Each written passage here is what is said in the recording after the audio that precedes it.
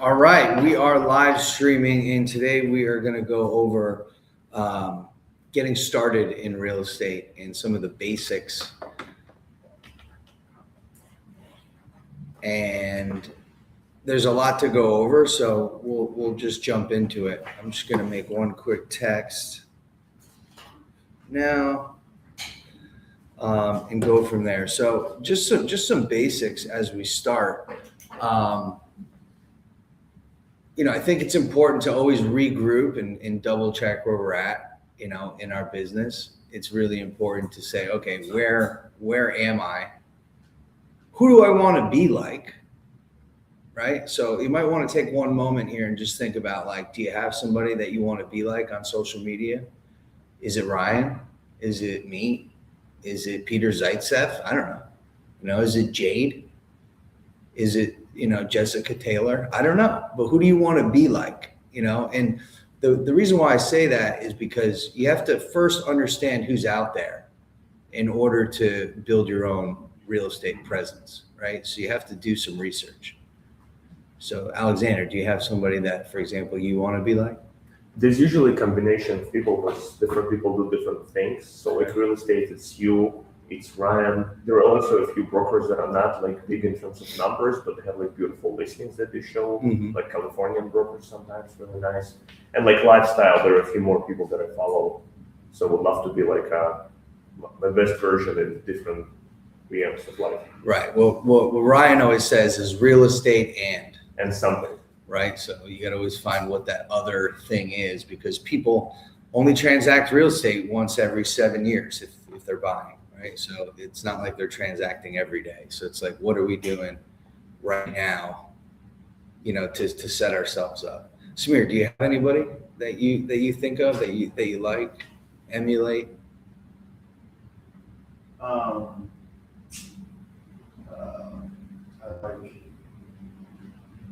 so overall, like structure-wise, I've always kind of saw myself as the goals to Declan. So that trajectory. What do you notice about how he does his business?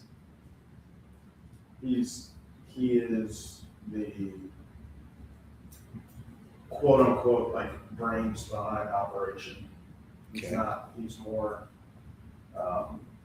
focused on like the process and the team, and while we have a lot of there's enough personalities and social media presence to fill up a room on our team in general.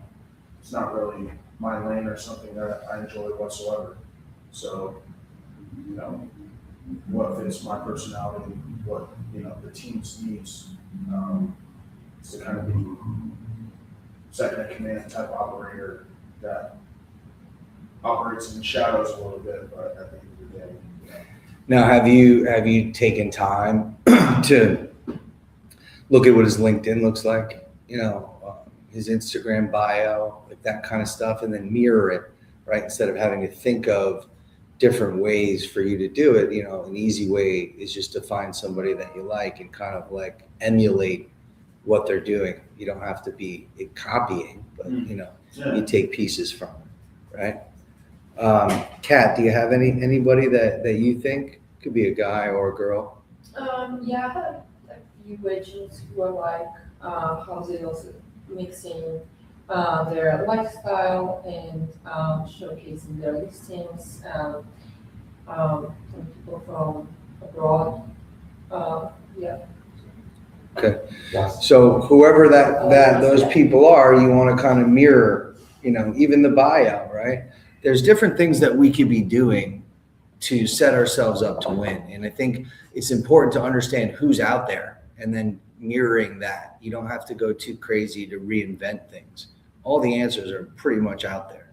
So it's important when you're starting in the business to kind of figure out who's the person that you want to emulate.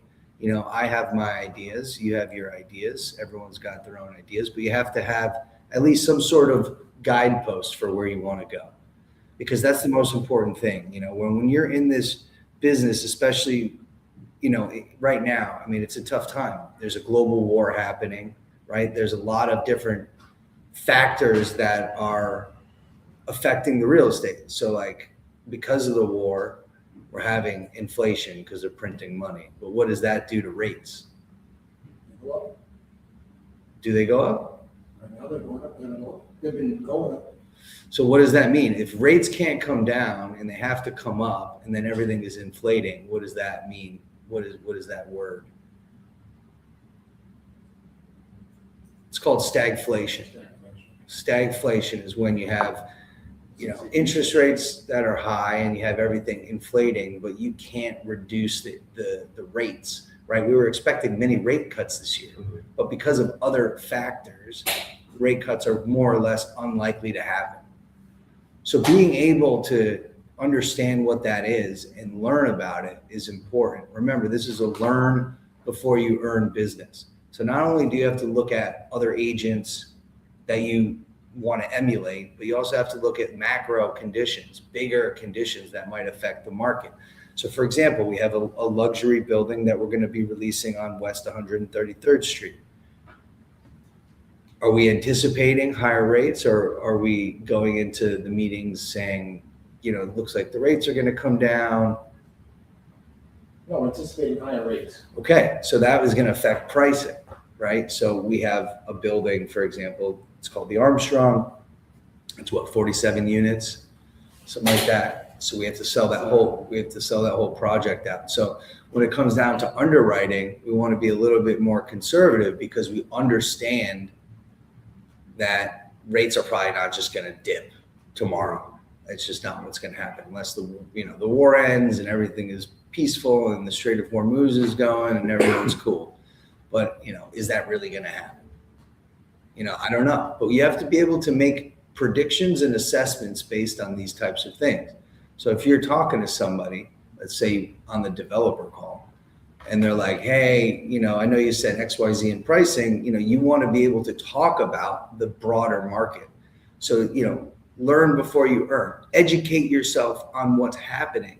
Become obsessed with what's happening in the micro market, your New York City, but then also the global market. What does these wars mean? How does it affect pricing? How does it affect rates?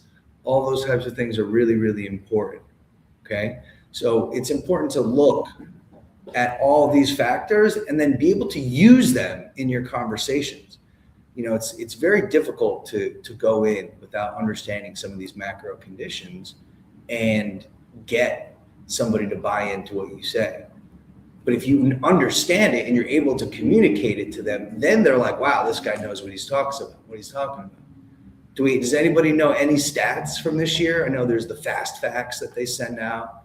How many contracts have been signed north of $4 million? 46 new dev units have been sold in the central Harlem, West Harlem area. Average ask price per square foot is $1,150. Resales around 1,000 or 981.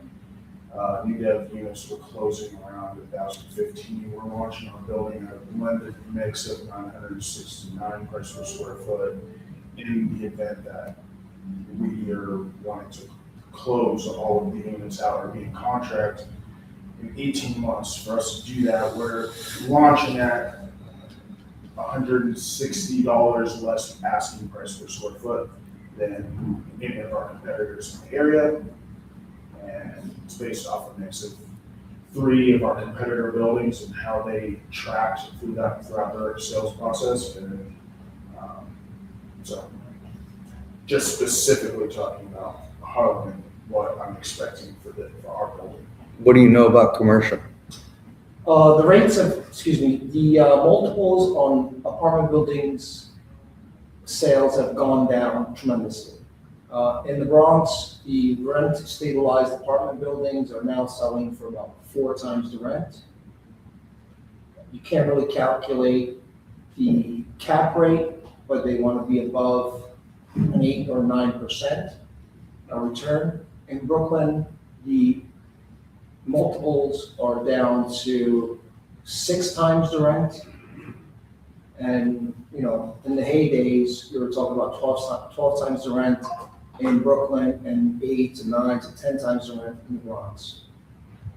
In Manhattan, the prices have gone down as well and the rent stabilized, but the free market buildings are the hot commodity now. So the free market buildings. You say multiples, what is multiples?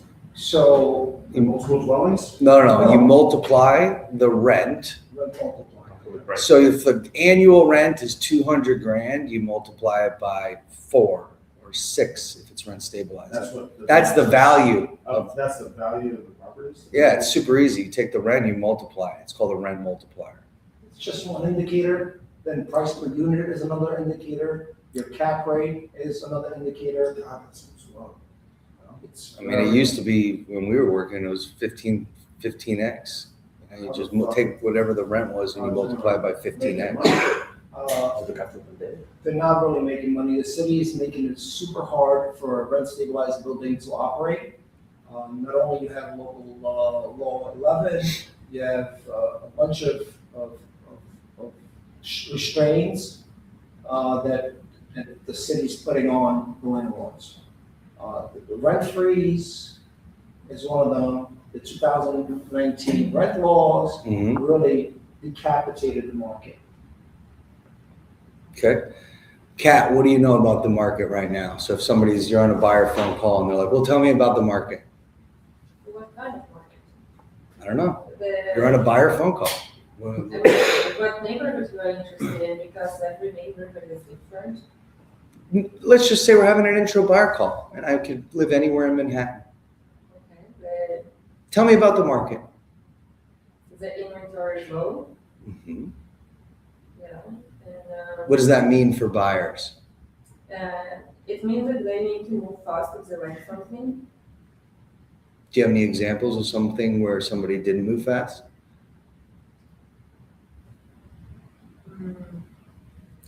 So if you say that, they have to move fast or they're going to lose it, it's always good to support whatever you're talking about with somebody with a concrete example. Even if it's not your example, maybe you heard it in the meeting about Samir or Alexander was on a call, right? And you could use that to say, hey, look, there's other people that are facing what you're facing. There's low inventory. In fact, I was just out with a buyer last weekend and there was 5 places and my buyer decided to go back to Colorado. But when she got back, 3 of those places were gone.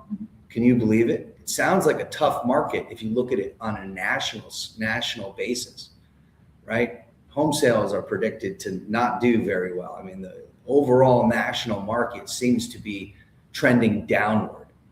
But what does that mean for New York, right? Why is it trending downward? When the market trends downward, that's because Supply and demand. supply and demand. That's because there's a lot of supply. Florida, a lot of homes. Arizona, tons of homes on the market. So when you read the national headlines, what I like to do is say, well, in New York City, it's a little bit different, but let's talk about United States as a whole first.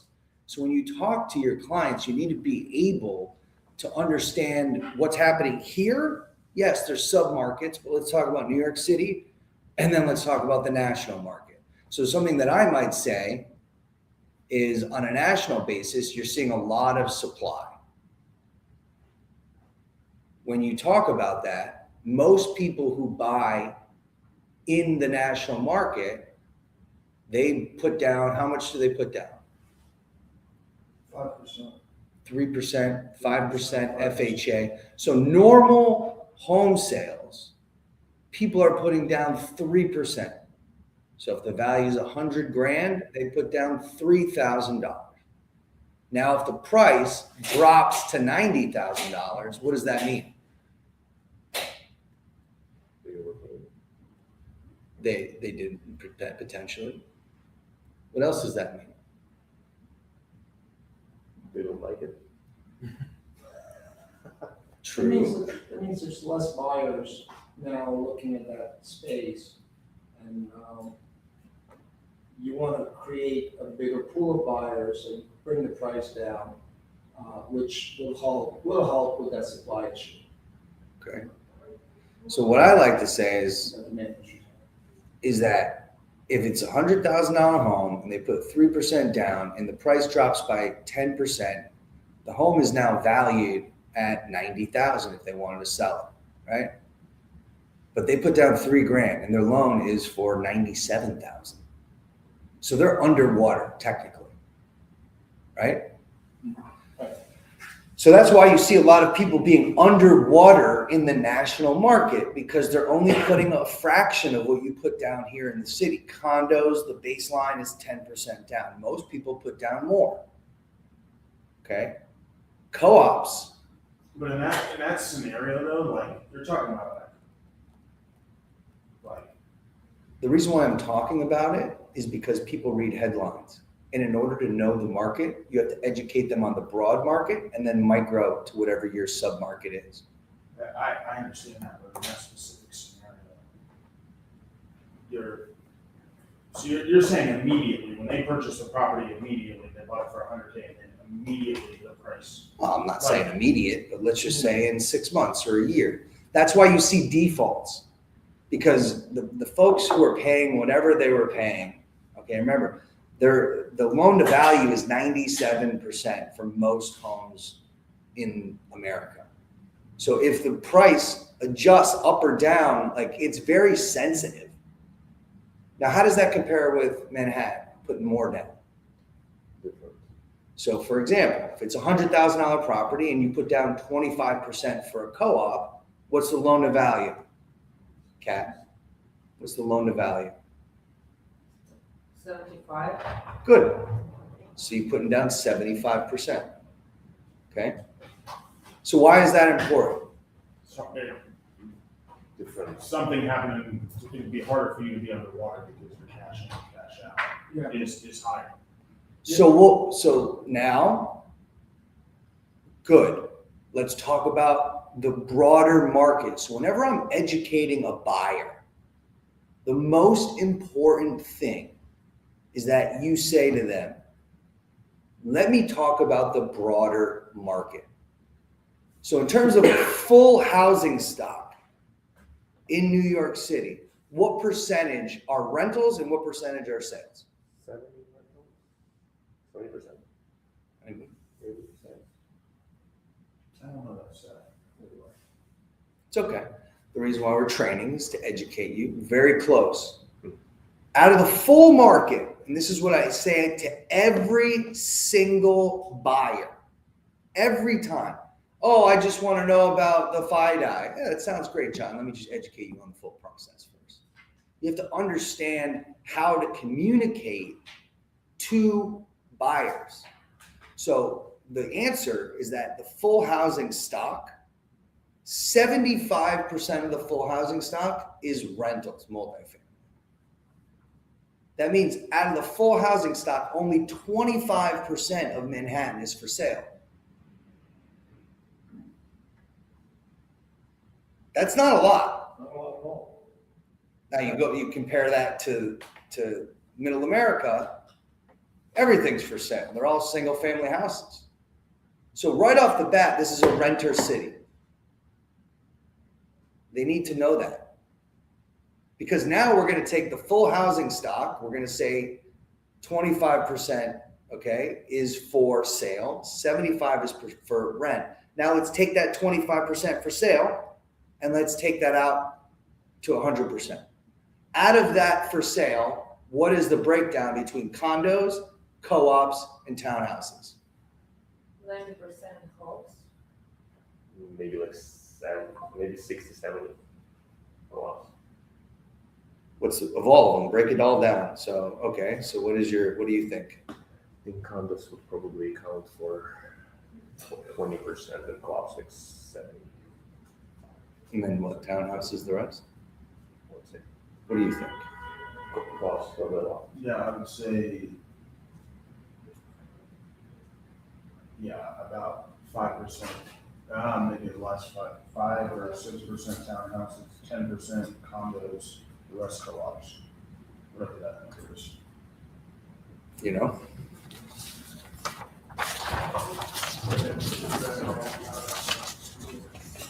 No?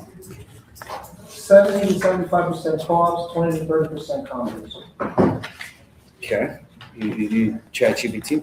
That's it. So Well, If you don't know the answer, you look for it. you look for it. So good.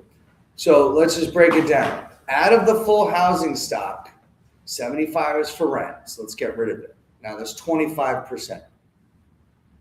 Take that out. 75% of that, 25% is co-ops. So 3/4 of the for sale housing market, 3/4 of the for sale housing market is co-ops. And how much do co-ops look to put down? 25%. How much? 25%. So right off the bat, 75% of the housing market requires 25% minimum down, all the way up to 100% cash, sometimes 50%. Okay, so what does that mean? Right off the bat, New York City is a very, very safe place because you do not have desperate people trying to sell. If the price is 100,000, they put 25 grand down, 25%, what happens? They have $25,000 of equity of the swing. So if it goes down 10% to 90, There's still some equity in the deal. you still have equity in the deal. You're not underwater. So the main difference between New York City and then the broader American market is that most people in the broader market do 75% loan to value, put 3% down. In New York, they're putting the LTV is 75%, they're putting 25% down. And that was evident in the 2008 crash. Why? Good. Because everybody put down 3%. So you'll notice, John, why buying in New York City is a very safe investment is because people are putting so much equity down, they can withstand the ups and downs of the broader market. You see how that's different? So that alone is setting the stage for what Kat said. What did Kat say? Remember what you said, Kat? co-ops and Because we were talking about the markets here, that, There's lack of supply. yeah, lack of supply. So there's a lack of supply. So what does that mean? So there's a No lack. inventory. So there's the lack of supply, no inventory. But when you see the price go down and someone put 3% down, they're like, shit, I gotta sell it. So then you see these desperate sellers. And that's what gets the headlines.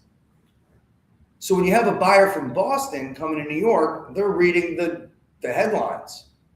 But without properly educating them on the housing stock, what's for rent, what's for sale, and then the actual sale housing stock, then you're able to communicate to them. Isn't that important?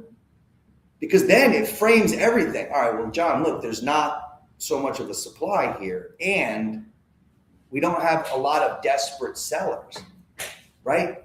You could get a good deal in Arizona. You see 15 houses in an area, you're offering 40% off on everyone, and this guy just needs the money to get out.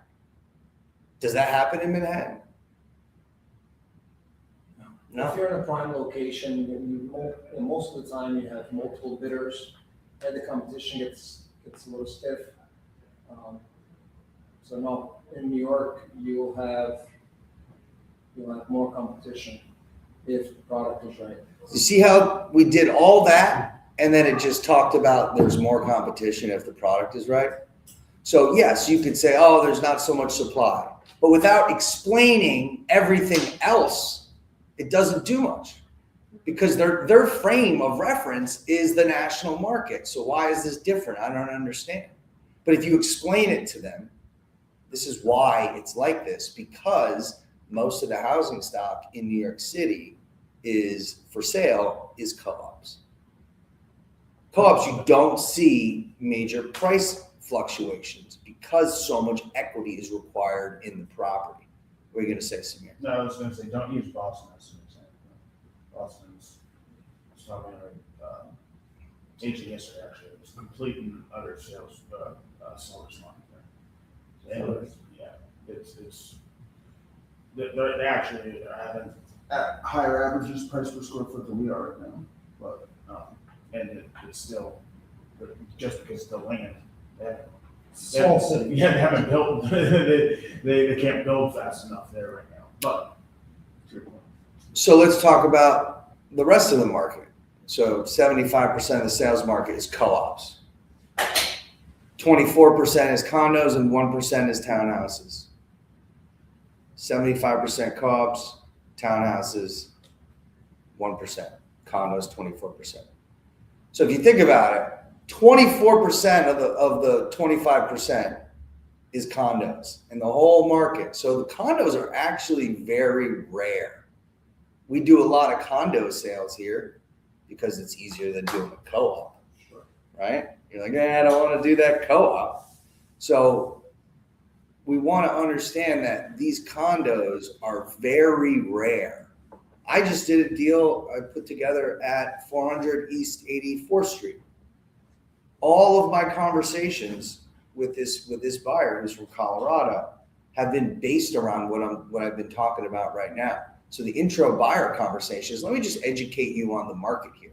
Even if you live in New York, you still need to be educated on the market. Are you a renter now? Okay, have you ever purchased? Well, let me educate you. There's no way that someone's going to go and believe you without you educating them.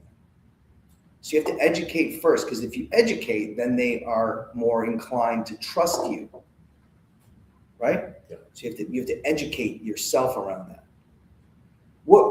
Can I add something to the commercial and residential? I've noticed that there are a lot of people who are looking to purchase that are not educated. So it is imperative for you as a broker to educate them. In commercial, most of them are shark. They're pretty much sharks. So the key there is to know what you're talking about, educate them, yeah, but they're gonna know most of it. But what you want to do in commercial is come up with something new that they don't know about, something that's planned, something that's happening that will change the trajectory of the neighborhood, right? So the education is a little bit more involving when you're dealing with a residential component, but in commercial, it's more like. Instead of general knowledge, you're really looking for like a value add, like you're more searching for like specific value add that you can bring to the commercial, to a seller or buyer that they might not know about, or something that you heard about through the grapevines or whatever, right? I guess for us, it's just easier because we have all of this data, like, and so it's you know, these buyers, like I said, a lot of them are purchasing for the first time. Like purchasing a home is one of the biggest, investments that a human being is going to make in their lifetime. So it's like, makes sense. So knowing that, do we understand the differences between condos and co-ops? Who can explain that? Condo is as close to buying an asset like you buy any commodity or thing on the market as possible, while co-op requires a lot of approvals, and you also don't own the apartment. You only own part of the building. Like So structurally, Can I add to that? yeah. So with a condo, you're owning the actual asset, the real estate. Deed ownership, real property. Correct. You buy a house, you own the countertop. Title. And when it comes to co-ops, you're owning shares, and you're essentially renting the space. You're limited to what you can do. You're limited to who you can sell it to. You're limited if on you can sell. right renovation. So that the process of buying a co-op is a lot more stringent than buying a condo. Give me some examples of how it's more stringent. Well, if you have a specific reputation, the condo can deny it. The co-op board can deny it. Madonna denied. Right. If you don't Tom fit Cruise. if you don't fit right. So if you don't fit the mold of what the board has for the building, the vision for the building, you'll be denied. And there's no law that says it's kind of discrimination, but there's no law that says that you can be denied. Well, it's not real property. That's why they can get around it. Oh, I get it. That's how they get around the discrimination, Interesting. is because if the law is applied to real property, not buying shares in a corporation.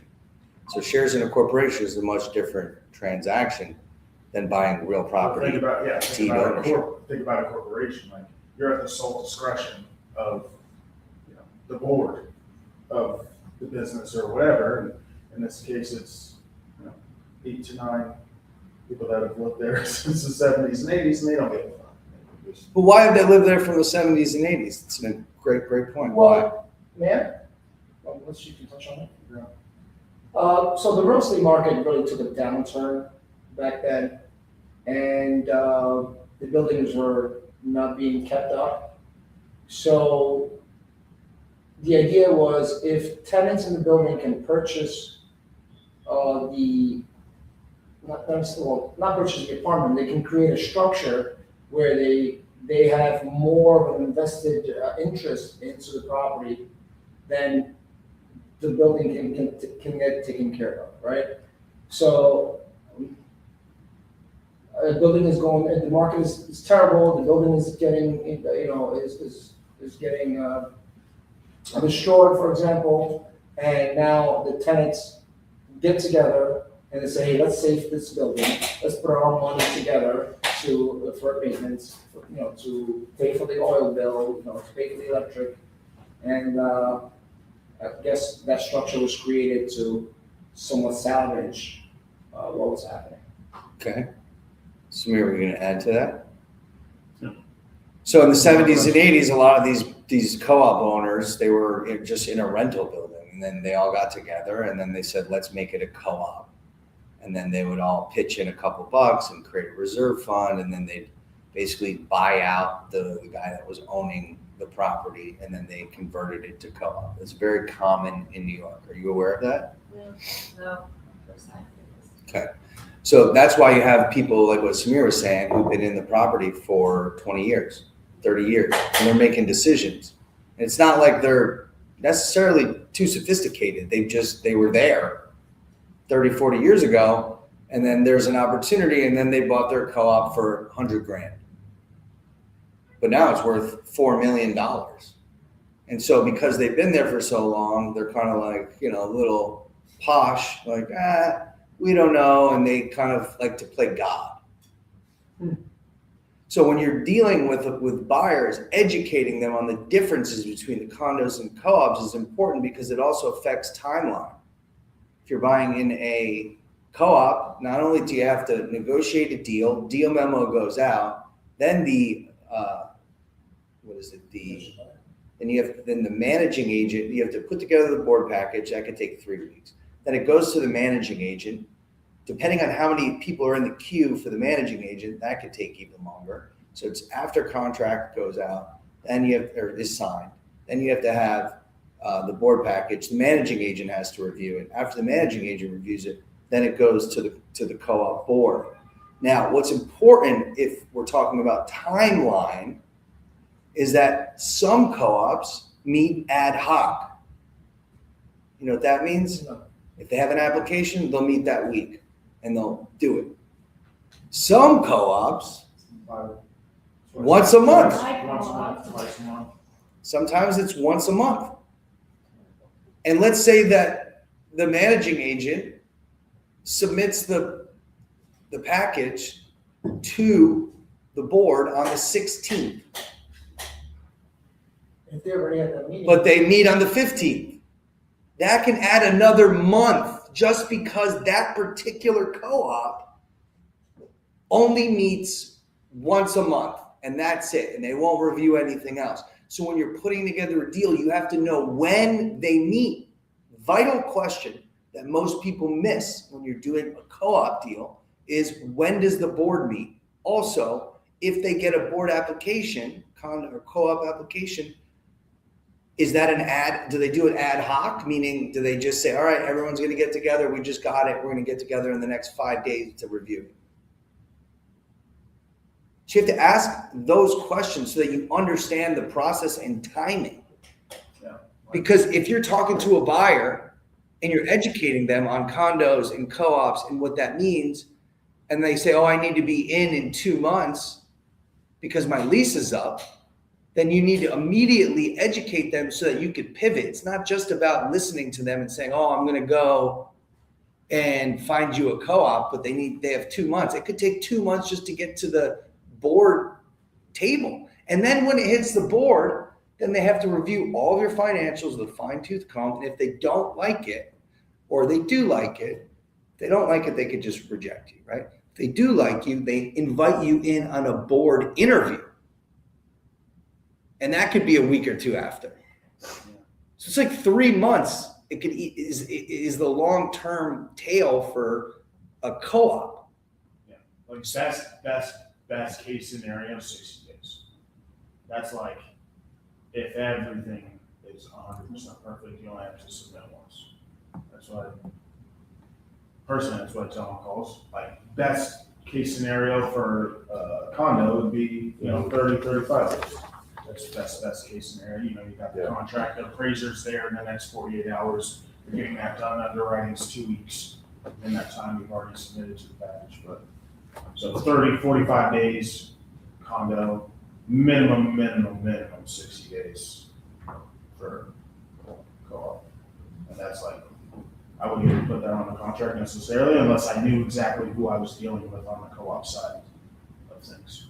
And everyone's different, right? So like co-op wise, we know now some co-ops are starting to be a little bit more lenient because they're having to start tailoring to a younger, buyer, because a lot of these buildings are so old now. So it's like pied-a-terres really aren't a thing. Some buildings are starting to, some very little are allowing to do that, but like pets is another thing.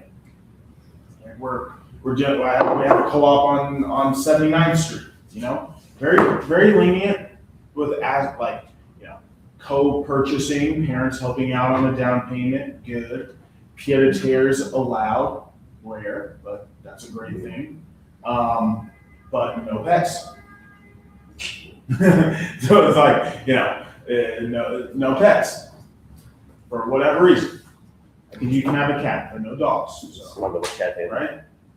Another thing with co-ops is like, if anyone don't purchase a co-op if you're looking to, be a landlord and be a renter. It's just not very feasible because most co-ops you have to live there a minimum of 3 years before you can start to rent. Even if you rent, you can rent what, two out of 5 or whatever, and then you got to immediately move back. So in the lifetime of your ownership, you can only rent the apartment out for 2 years out of your time of ownership. So, there's the connections. But the counter is a lot of the times co-ops are a little bit cheaper. They're putting more down. It's healthier reserve building. Your maintenance, your monthlies can be lower as well, but condos you're paying a little bit more you're getting more flexibility. Also you have to be permanent visa holder most of the time, or a U.S. citizen. So international buyer, immediately out. Since we're on the subject of co-ops and condos, can you explain a little bit about the underlying mortgage of the building in a co-op situation and why that's important? There's it could be underlying mortgages in anything. No, if you're purchasing a co-op and the underlying mortgage of the building is high, you're gonna expect your maintenance costs to increase, especially if that mortgage gets refinanced, right, or it's due, right? So if you have a higher underlying mortgage, the building is in a bigger debt, right? So The best way, and look, maybe, but the best example of that is going to be in a condo. Condoms usually are land leases. Land leases are where the building is built, but they don't own the land, which means that they have to pay the rent forever. So Battery Park City, Disaster buildings. Battery Park City, that's why you see why is a 2-bed in a luxury building in Battery Park City $800,000? While if you go to Tribeca, it's $4 million. Why? Really. Well, what does that mean? It means that the landlord leases probably for 100 years, right? Usually it's 99, but yeah. Just we're training. They don't allow 100-year leases anymore, so it's 99. Then it broke down to 59, 49, and now they're bringing it back up to 99. Okay, and the maintenance are really high, like monthly maintenance, right? It can be. The situation with that is, it is it can be extremely volatile. So like, I've only, I guess, now 2 properties in my whole entire career. My very first non-sale of my career was 2.5 years ago, 3 years ago. It was a land lease building, land lease apartment on 63rd Street. And the problem was that the commercial tenant left in the building. Well, the rent is still the rent. So who had to take on that extra rent? The owners, the rest of the owners. So their maintenance from year to year went from, it was gorgeous 2-bed, went from $2,400 a month to $5,000 a month. Because they have to cover the cost. Yes. Everyone had to chip in on, so it's like, with land lease, I was up to just the volatility of your maintenance, because the rent is the rent, but something happens with, they put a crappy commercial tenant in there and then they go bankrupt and they foreclose or whatever, the rest of the owners have to take on that. Samir, is it the same cost? Is it the same cost? I don't know, too many co-op buildings. Well, I'm not sure about that. Because they add it to the financial reserve, right? If they have a commercial, like. I know I'm wrong about this, but I never I sold remember or know about co-op building. That has retail? That has retail or. There's one on 80th corner, 87th and 2nd. That has about 90-something units, and then the retail zone. There's We'll never reset. Is that few and far between? With the co-op building having commercial in it? I mean, co-ops have commercial. Yeah. I sold plenty of them, and it definitely affects the reserve fund and stuff like that, especially if there is an underlying mortgage or they do have a lease that they have to pay for to have the building on. But the main thing that you want to understand is, why is it $800,000 for a 2-bed in Battery Park City and then $4 million in Tribeca? What is that? Well, if land lease is 99 years, right, and it's already the owner owned the apartment for, let's say, 50, so basically when you're buying, then you can own it for 50, but then nobody knows what's gonna happen after that, right? But also on a land lease, you have bumps up on the rent. So for 10 years, your lease rate is X, and then it goes up 5% for the next 5 years. So now And your maintenance will go up. right. So Right. Like out of control. Like, if you ever get in a land lease conversation situation, like, please reference to whatever this situation I'm telling you now. Yeah. Like, in a land lease building, the rent is a rent. They had a commercial tenant in place, went out, literally, their maintenance doubled over a year. So there's risk, There's- right? It's there's a lot of never as cut and dry as everybody thinks. And I'll just give you the answer. What the question is that the reason why the pricing is so depressed in Battery Park City is because all of that land is leased. So every development, they have to pay the underlying lease to the owner of the land. That's why. So the maintenance, so what people don't realize is that when they're looking at Battery Park City, they say, oh my God, it's so cheap here. But it's actually not that cheap, because the maintenance is almost double or sometimes triple what you might see in Tribeca. So being able to understand that, it's not, one second you see a 2-bed below $1 million in a luxury building, you got to immediately refocus your eyes on the monthlies. Yeah. Always, because it's like, what's going on here? And then, oh, well, it's a land lease building. Let me double check. This is why, right? So you have to understand these facts. So let's do another thing. Let's do the difference between condos and co-ops in terms of monthlies. How are those broken down? Not you, Samir. Common charges and real estate taxes Are for what? for condos. And? For the co-ops, the monthly maintenance, which includes, already the maintenance of the building and the real estate tax. And what do you do when you have a buyer who says, wait, there's one number in this co-op? It's 5,000? What does that mean? You have to ask whoever the listing broker is what the percent tax deductible is. Because in co-ops, you have one number. And that is a mix of real estate taxes and common charges. So usually it's going to be 50% real estate taxes, 50% the monthly common charges. It might be 60% common charges, 40% taxes. But we don't know that unless we ask. So we have to ask. So it's a lot deeper here in New York. It's not like, oh, the market's great. It's like, whoa, let me back up here. When we're talking to buyers, we need to earn buyers' trust. And we earn buyers' trust by effectively communicating to them what's happening. What is the broader market nationally? What's that mean for Manhattan? What is the housing stock? What is the difference between the common charges, real estate taxes, condos, and maintenance?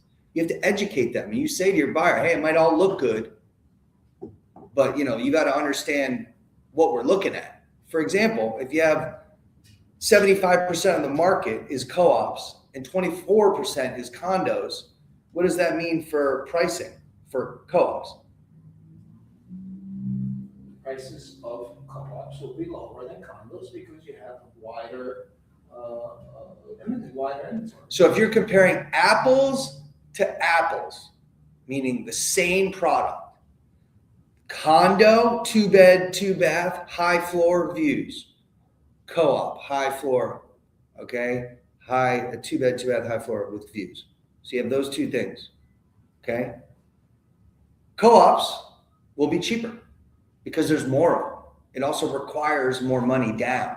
So they're asking people to suck up more of their liquidity to even enter the market. More down, more restrictions. More down, more restrictions. What are some other restrictions that co-ops have? The international, it's a very international city. It takes it off the market immediately. An Italian citizen or whatever wants to purchase it. We can't purchase it. Interesting. You also are limited to living there. Most co-ops do not allow you to rent out your unit. So, for example, when you're talking to a buyer on an intro buyer phone call, are you planning on staying here? How long do you plan on staying? Oh, I'm only here for a year for my company, and then I'm just going to rent it out. And I really like this co-op because it's cheap compared to all these expensive condos. What is your response? Well, then we're gonna have to look in condo because Why? co-op's not suitable for you as you are not a citizen or resident.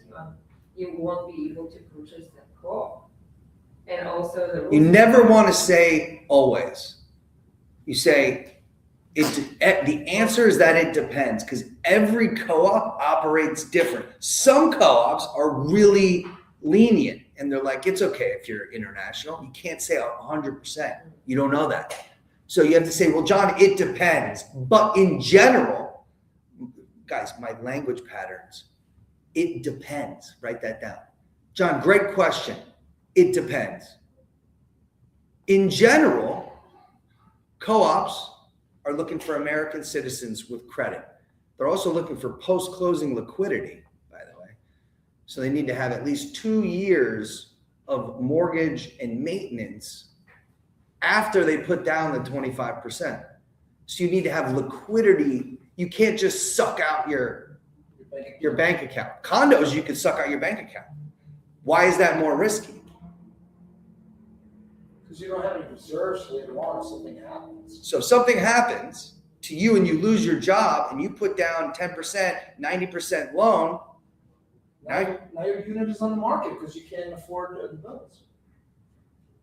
so co-ops are actually a very safe investment because everybody's putting so much down. So even if there's these, fluctuations in the market, you're actually in a really safe spot because people are going to be okay. Everybody lives in the property. In condos, somebody from Asia buys the condo and says, I don't want to pay. Like one of the buildings, was it your building or the other one where some Asian investor got arrested for like money laundering or something, and he owned this unit for like, he bought it for 35 or 40 mil. Yeah, the Nigerian guy. Nigerian, and then he put it on the market for like half of the price or Yeah. something, and the whole building like went down. Yeah. Building is 157. It also happened in 20 Pine, where all these international investors bought into it and then they just stopped paying the maintenance or common charges and real estate taxes. They're in China. What do I care? Why am I going to do that? So what happens to the guy who actually put, 10% down and it has a 90% loan? Yeah, their equity is eaten up. It's gone. Their equity is number one, eaten up, but also any potential money that they're going to get is sucked out because everyone gets their own common charges raised. The common charges for everybody else goes up.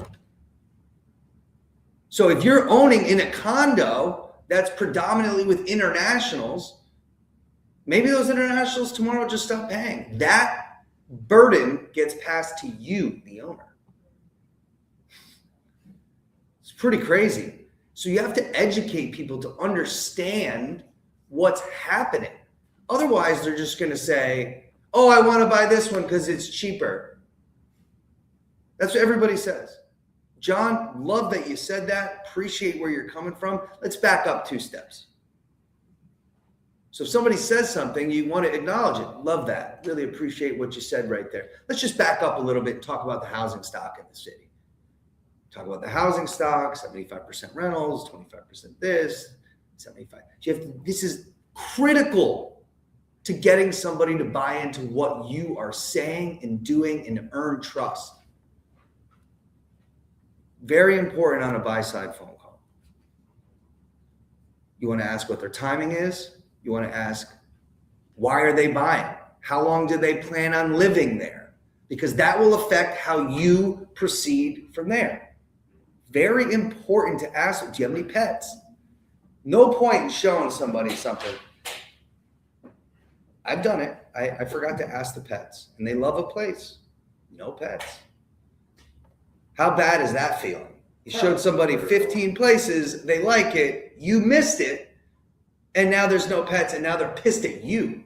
By the way, they didn't even tell you they had a pet. It's your responsibility to ask if they have a pet, because you know that not everyone agrees to having pets in the building. But what if it's emotional support? Doesn't matter. Co-ops don't have to. Co-ops do not. It doesn't matter. Doesn't matter. Nope, no pets. Emotional support. We don't care about you. Find another building. No. It depends. Maybe yes. Maybe no. But the answer always is job. If it comes to co-op answers, the answer is it depends. Never always this, never always that. Because even though the majority of co-ops operate as we've been talking about, there's a handful of co-ops that operate like condos. So you can't just say that everything is the same. You could say it depends. In general, this is how it is, but there are outliers. Does that make sense? This is how And you. the outliers, you can't answer the outlier because you don't know how the board is going to respond to a certain thing, because they don't even have to give you a reason why they denied it. So for the reason you think it could be you didn't get accepted, it may not even be it. And they don't have to give an explanation as to really why. Like, they might ask more questions and want more deeper information about certain things, but like, it depends part is, it depends on 10 people we don't know making a decision based on your qualifications. And it's impossible to predict that. Question, Alex. No observation. Sometimes we don't even know that there is a co-op apartment listed, and you bring a buyer and you apply, and then they block the sale, so they don't want the seller to sell the apartment without explanation.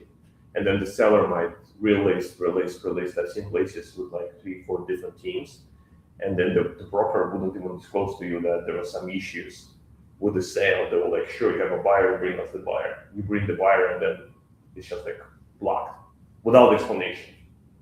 So sometimes you don't even know we don't want to sell. It's listed, but they don't want to sell the building. The seller wants to sell. Well, the reason why is because when you have a property, let's say it's 100,000, and the purchaser bought it for 100,000, but they're like, you know what? This co-op only allows me to live here for 2 years, and I cannot rent it out after. So I have to force sell it. And I need to move to San Francisco for my job. So now they're going to say, well, I'll sell it for 80,000, 20% haircut. And the board says, no. But then you're in 4A and the president of the board is in 5A, and he bought his property at 100,000 or 110,000. And now the person below wants to sell at a 20% haircut from where he bought it, which means that the guy who owns the property above, who's the president of the board, is now going to have a comparable in the building that hurts his property. And your buyer will be like, great price, let's see. But the board will deny that. The board will deny that. Real G's moving silent like Bologna. The board will deny that, because why would they have something? Thank you, I got it. Yeah, next to one laying around. Yeah, thanks, brother. So the board potentially will deny that, and you have to be really, really cognizant of that. In a condo, it doesn't matter. If the guy sells at a 50% loss and screws the whole building up, which is what Alexander was talking about, that Nigerian guy, okay. Yeah, their only recourse is for the board to purchase the apartment themselves. They have first right of refusal. And then, just to call for to sell it at the price they want, right, with the share. between Well, them. if they purchase it, they can decide whatever they want to. And how about condo, that is also They can possible? renovate and sell themselves, blah, blah, blah. Just a bunch of different. Condo's a little bit more flexible. There's no board interview. As long as you have a price, doesn't matter if it's $2 on 100, it is what it is. They can't deny you, unless what Samir was saying is that in a condo, they issue the right of first refusal. It's called a waiver. So part of the process is that you have to have the waiver issued in order to close, which means that there's a piece of paper that the building has to say, we're not buying this property. So if it's $2 out of 100,000 and the board doesn't like it, they could take that contract for 2,000 and the board can buy it. So condo. Or So it's not even secure in a condo. Or even sponsors, they have majority of units still, sponsor units, right? The sponsor can buy it back.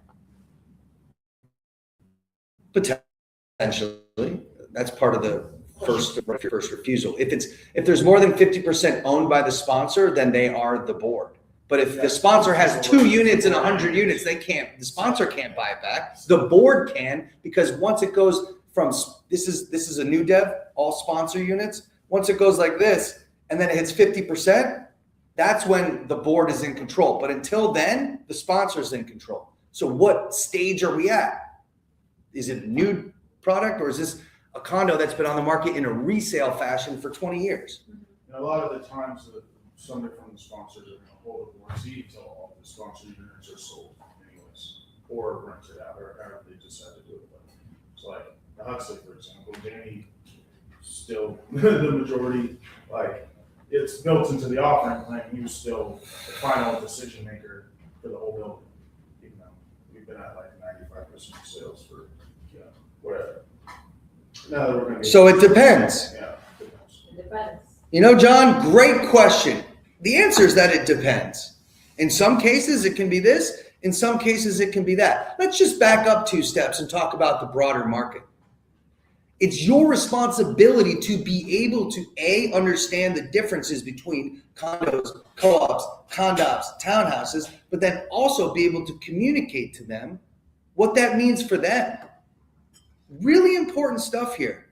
You can't get very far representing buyers if you don't understand these nuances. How long should an intro buyer phone call be?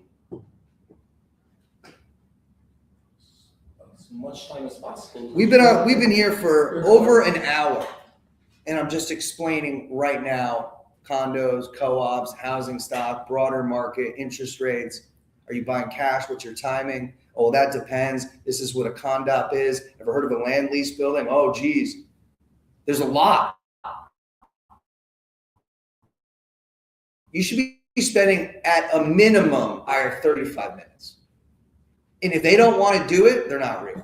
I just got a lead from some kid in Greenwich. Oh, you're the best. I love you on the show. I'm going to introduce you to my clients. Great. Hey, clients, would love to hop on a call. Client. Hey, Nile, think we should just do it over email first. Here are my questions. How do you respond to that? Think I'm going to answer their questions over email? Because it's not going to do me any good.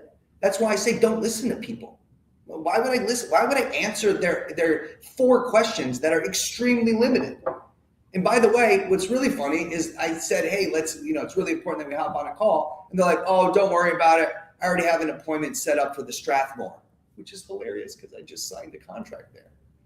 I said, oh, really? Are you aware that that's a land lease building and it's a condop and it's subjugated to certain rules and regulations? Also, I would take a look at the monthly maintenance on that because it's this one sells so fast. They want to get the award of like fastest selling new building of 2026. Well, the reason why they got that is because they have a really low pricing, and they price it like below the market, but the maintenance, that's what people don't understand. It's like a 40% increase from what other comparables are. Yeah, I just had the light bulb moment. Yeah. But do you see how important it is to be able to understand the differences? Yesterday. So instead of me answering their questions and no. If you don't want to talk to me, good luck. Serious. You should literally, I wish you nothing but the best. But when you're ready, I'll be here. And let him go. I don't need to go hunt this guy. You don't want to have a phone call? Yeah. And I said, this isn't real property. This isn't Greenwich, Connecticut. There are certain rules and regulations that apply to buying in the city. And my job here is to help you demystify the complexities of New York City real estate. My job here is to help you demystify the complexities of buying New York City real estate. I'm here to help you navigate that market. It's not straightforward. That's why there's no MLS. Know what the guy said to me? Oh yeah, so I'm just going to need you to set up an ML. He said, I'm going to need you to set up an MLS auto thing for me. I also said, there's no MLS in here. The second you say there's no MLS, they're like, what do you mean? That's why you need to work with me, because I will help you demystify the process. I will help you navigate the complexities of New York City real estate. Does that make sense? Yeah. Any add-ons to what I just said? I just want to say that like 2 types of buyers when we start explaining them anything. Those are like who, know a little bit. Co-ops, condo. I've heard that co-ops are less flexible, condos are more flexible. And then the other type, they're like, what? You have this? Like, this is bad. I don't like it. Or like, what? How come it's impossible? So like, I guess, different education process, right? To some, you just need to clarify a little bit. And then to the other, you just need to like explain why New York is. So what are some questions that you can ask a buyer to understand and clarify? Are you based in New York or not? Have you lived here before or not? Have you owned here or not? Have you ever rented here or not? Where are you from? If you come from Eastern Europe, they will be like, yeah, I have $2 million in cash, I want to buy apartment, I want to move tomorrow. And it's like not possible, right? Or if someone is from here and then they maybe own or rented, they understand at least a little bit. So it's easier. It's important to understand the market. It's also important to learn how to ask the right questions. In commercial, the best thing to say is, how many guys, I want to buy up to 30 million, right? It's hilarious. And you know what the best question to ask them is? What do you want last? Tell me what you bought last. Tell me about your last deal. Oh, fantastic, John, 30 million. Sounds great. Sounds awesome. Got investors lined up, debt. Okay, wow. So tell me about your last deal. Well, the last deal I bought was a 2-family in Brownsville for $800K. And then you just do this. It's my favorite line. You want to ask them a question, get them to talk, and then be like, So there's a disconnect. So then you want to repeat back to them. This is very psychological. So wait, John, what I hear you saying is that you want to see how I'm like, wait, so I'm a little confused. All right. So what I hear you saying is the last deal you bought was a 2-family in Brownsville and you want to spend $30 million in Soho. Huh. Okay. Well, tell me why. Did you find capital underneath your bed? Did you secure a big investor? Sometimes people do 3 deals in Brooklyn and then go to, capital sources and they raise the money and they syndicate the deals. So maybe, but you need to question. Don't take everything that everybody says to you at face value. Everybody's listening to everybody else. Why are we listening to people that are not in this every day? By the way, I'm not an attorney. Do I tell my attorney, this is how you do it? Maybe I'll guide them. I want it to end this way, but you're the attorney. So what do? When I'm with somebody, because I'm talking about the broader market, because I'm talking about condos, co-ops, rentals, condos, townhouses, they trust me. So I have a better opportunity with them because they're like, oh, I kind of trust this person. So then you question them. What do you mean by that? Write that down. What do you mean by that? My favorite line. Sorry, John.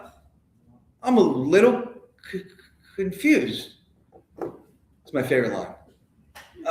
I'm a little confused.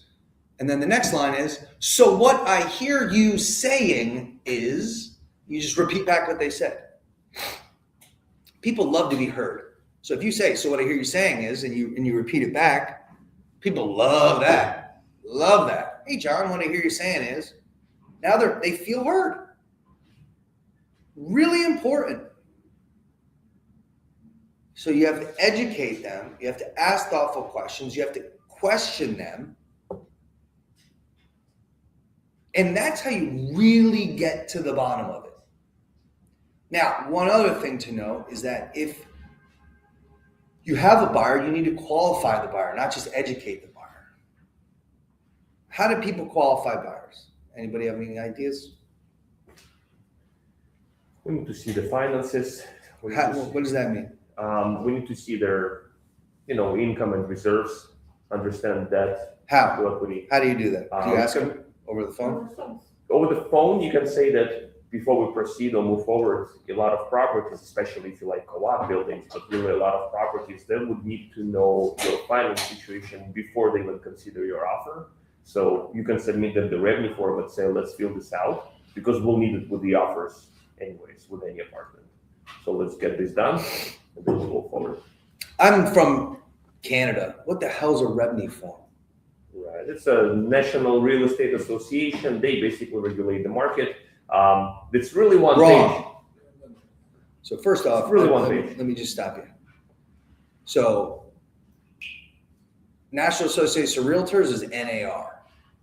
REBNY is Real Estate Board of New York. So the REBNY financial statement is what is generally needed to submit to a condo, to a co-op. It's always good to get it from everybody anyway. But what is that form? It's not a REBNY form. No one knows what REBNY form is. You have to put yourself in other people's shoes. Yeah. But what is it? What is it, Kat? What is it?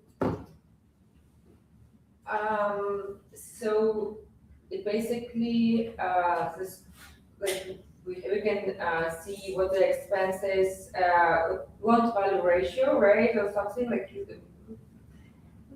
So it's funny. Well, we can see what the expenses and would be able to qualify for the mortgage. Anybody else? It's how much money you have versus how much money you owe. But what is that? Balance, Liquidity. P&L statement. balance sheet. Close. Everyone's close. I'll tell you. It's called assets and liabilities. So what I'm going to do, John, next is send you the REBNY financial statement. REBNY is the Real Estate Board of New York. But what it essentially boils down to is it's an asset and liability sheet. It just outlines all the money that you have, cash in banks, securities, cars, personal property, all that fun stuff. And then liabilities. Do you own any real estate? Do you have any debt on those? Or is there any business debt that you have? So we're going to send that to you. What your responsibility is now is to fill that out.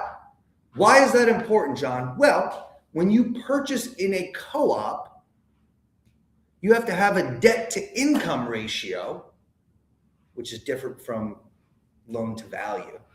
Debt to income.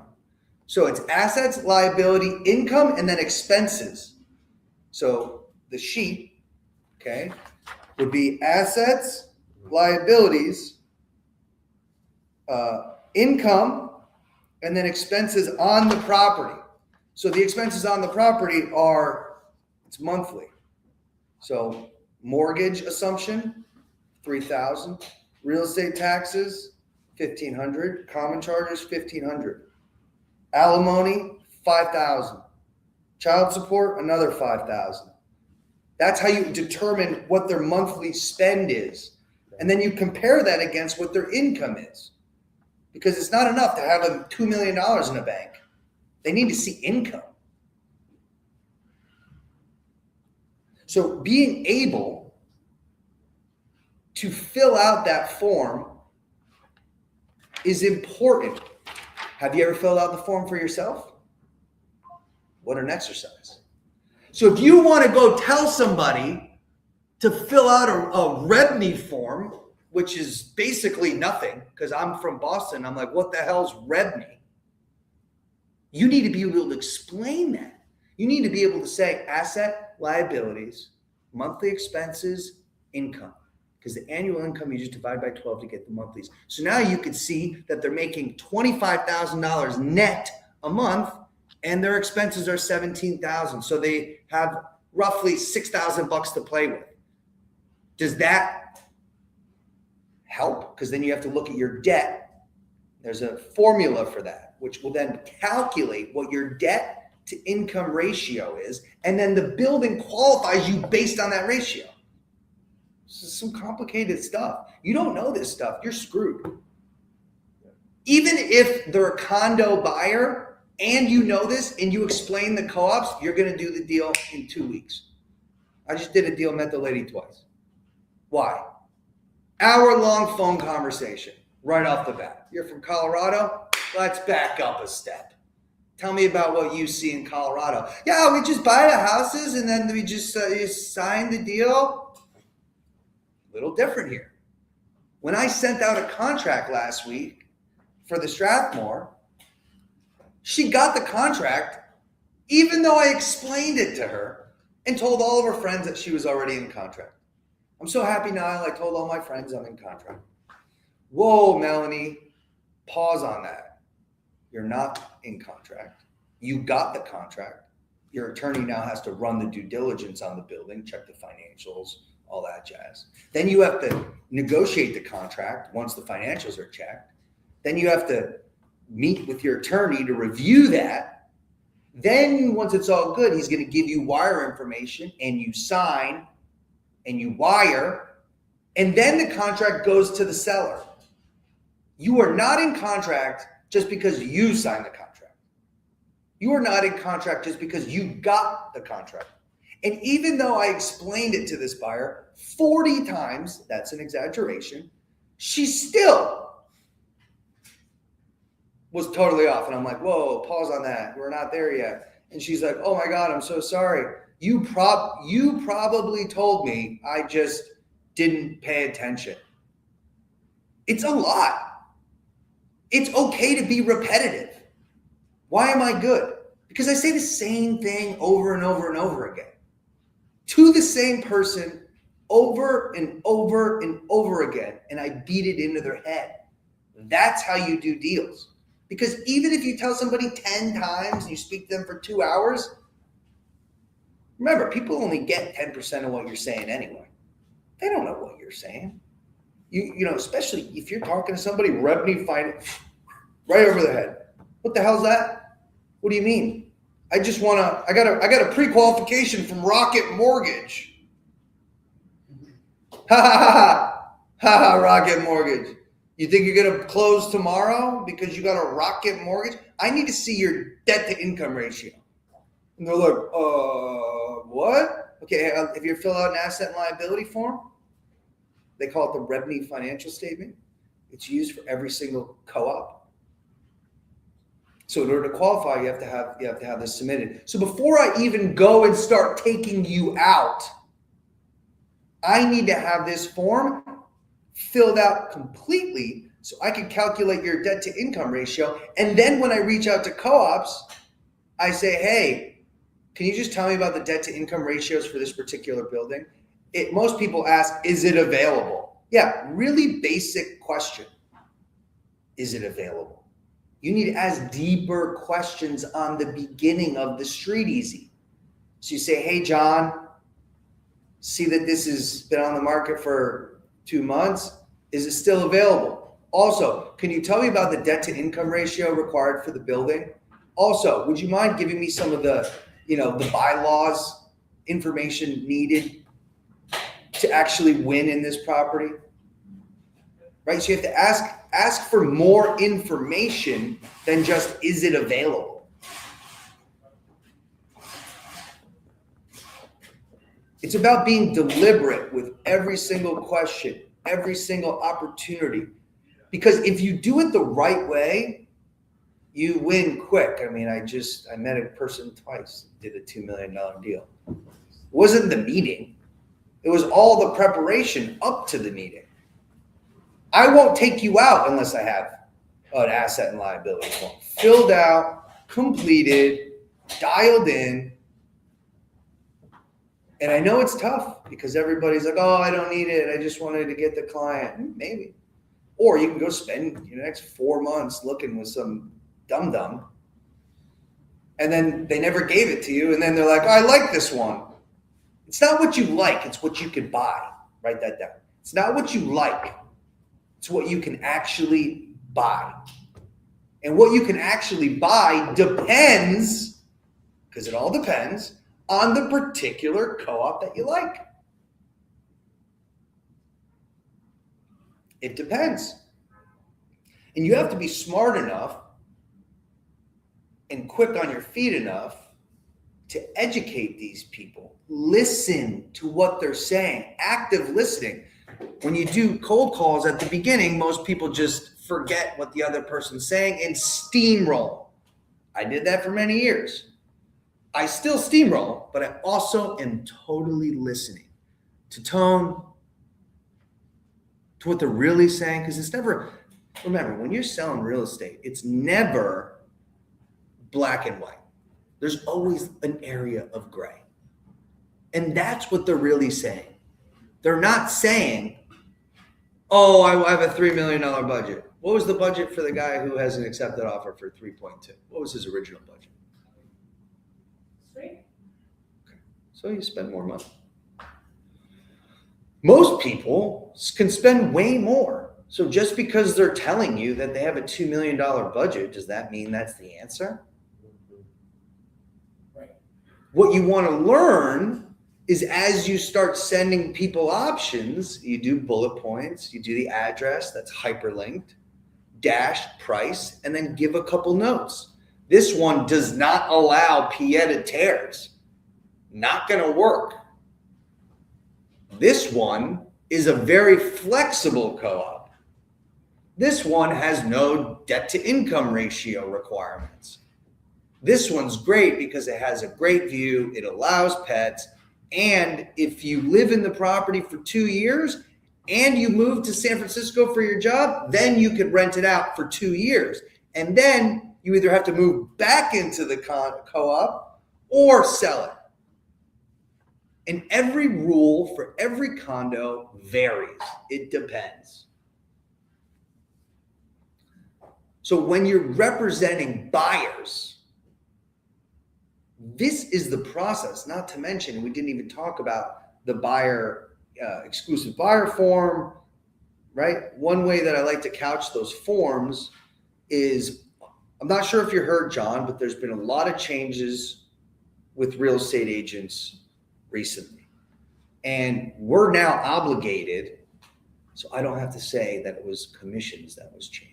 I just say there's been a lot of changes. I'm sure you know, right? By saying, I'm sure you know, I'm making them feel smart. So they're going to go, yeah, but I'm not talking directly about the commission, the exclusive representation and commission form. There's been a lot of changes.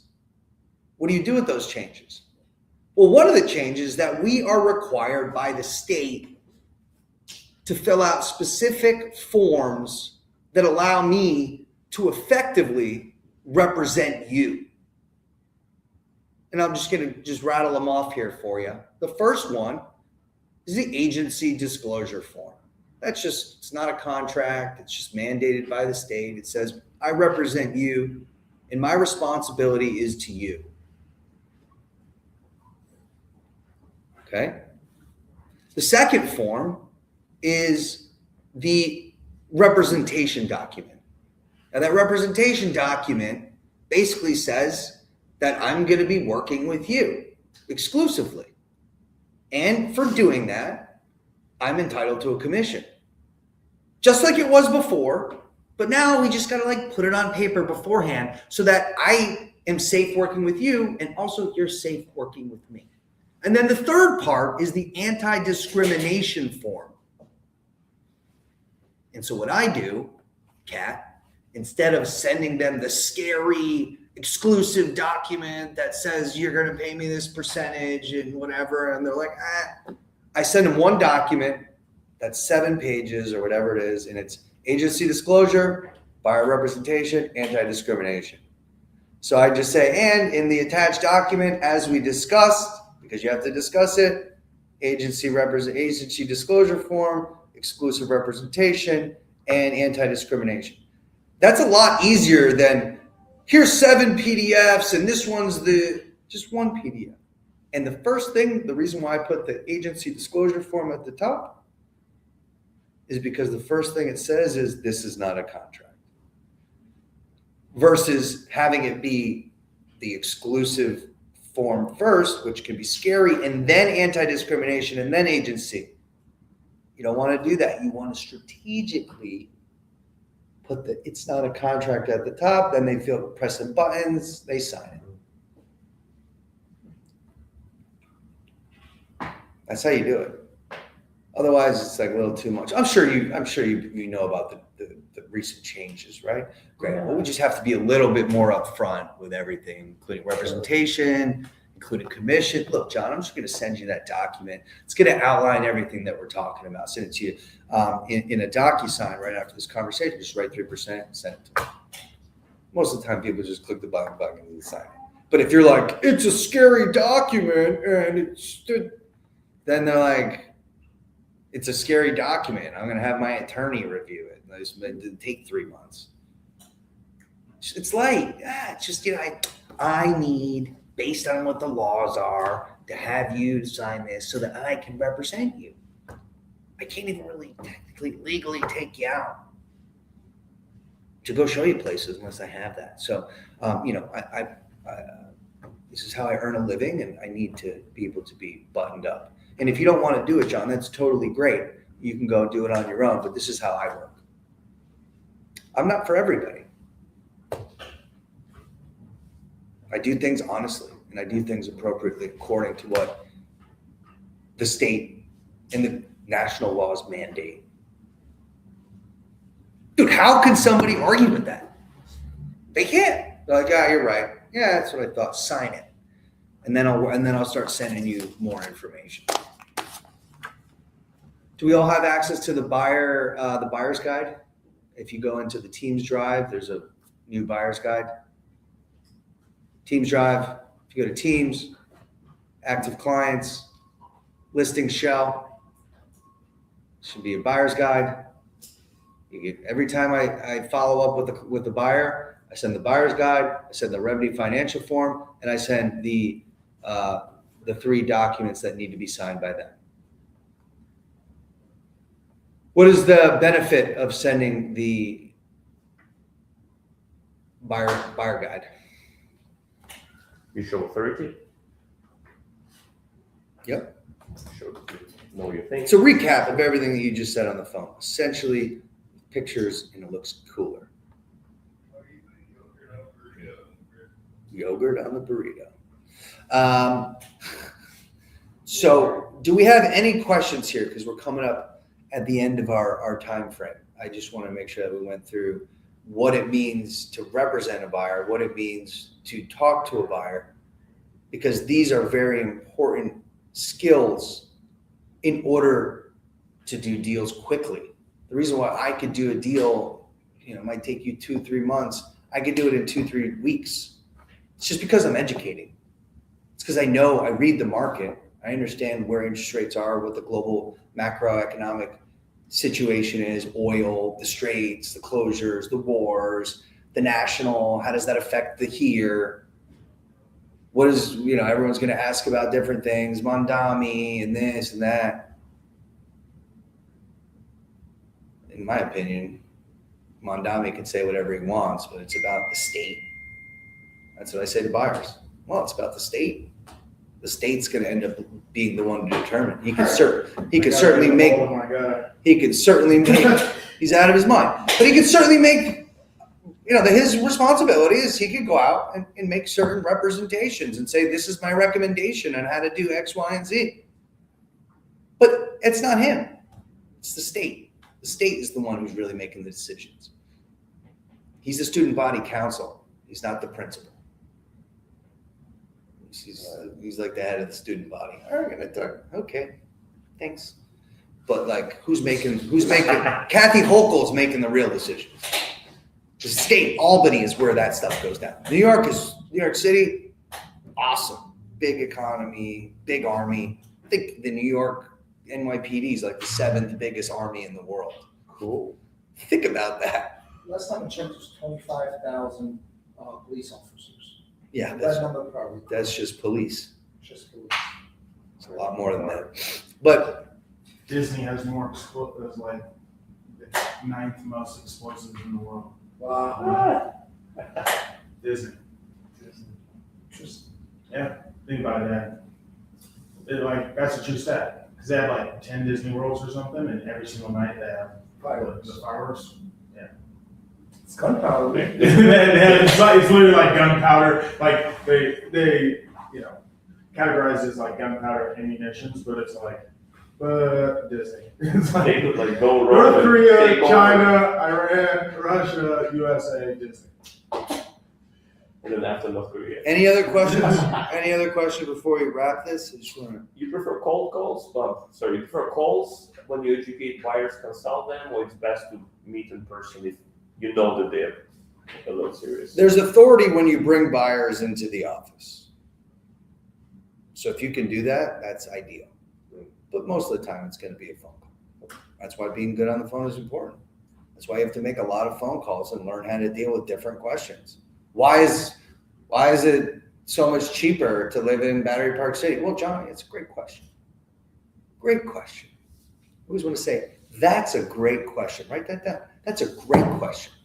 Now you're just validating them. Oh, you have such great questions. Because it is a great question. Let me explain why. You ever heard of a land lease building?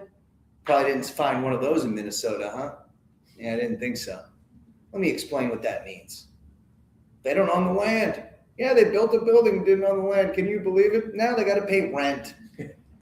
Guess who pays that rent? All the condo owners. Rough. Right? So you have to be able to educate them on those different types of scenarios. Very important to becoming fluid in New York City real estate, understanding all of these differences. The microeconomy, the macroeconomy. How's the market doing, Kat? Well, it depends on the market. Are we in financial district? Are we in here? The supply is low. Okay, what does supply low mean? How many apartments are available on the market right now? 12,000.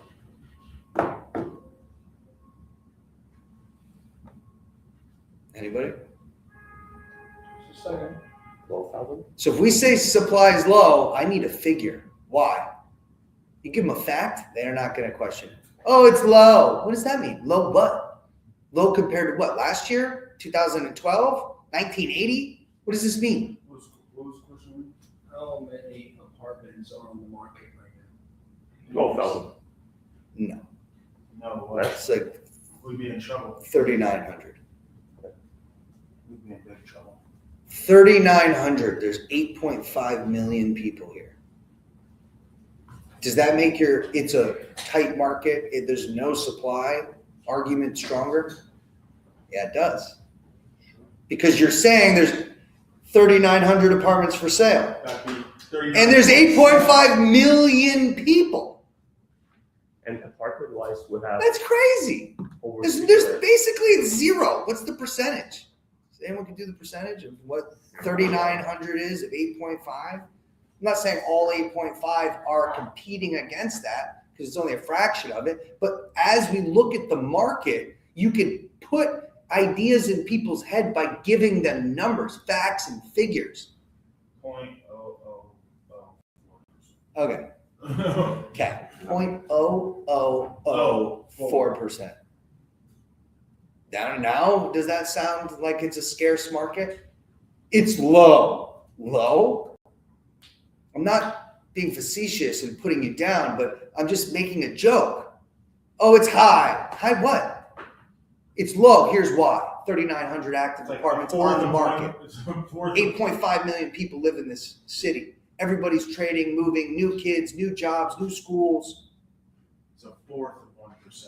It's only 34,000 apartments in the market. This is a true fact. Yes. That is tiny. My goodness. That's why when you represent buyers, they think, oh, I'm just going to go do it. I can do it. All right. Let me know. Let me know how that goes. So you And got I say it like that. Let me know. Let me know how that goes. It's hilarious. And then a week later, they're like, yeah. I'm like, yep, that's what I thought, John. Do you have your revenue financial sheet filled out? Didn't do your homework, did you? I bit you in the ass, right? Prior proper planning prevents poor performance. The reason why we do all of this up front is so that when you find the place, we're done. The reason why I do that, ladies and gentlemen, and this is what I tell my buyers, when you're buying real estate, it's critical to be calm, cool, and collected.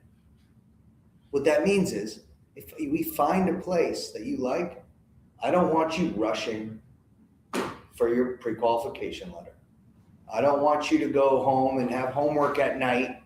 You like apartment 6B? Now you have to go home and do your revenue financial sheet for 2 hours. So they're all excited about the apartment, and now they're looking at their bank statements. It's kind of a buzzkill. Prior proper planning prevents poor performance. And I say that to people. In New York City, it's all about prior proper planning because that will prevent us from having a poor performance. God forbid we find the place that you love, and then you have to go get all the documentation we're talking about now. For us to win in this market, I need it all up front. Can you get that to me within 24 hours? If you can, fantastic. If somebody doesn't fill out the form or sign the documents, they're not serious. Especially if you educate them like this.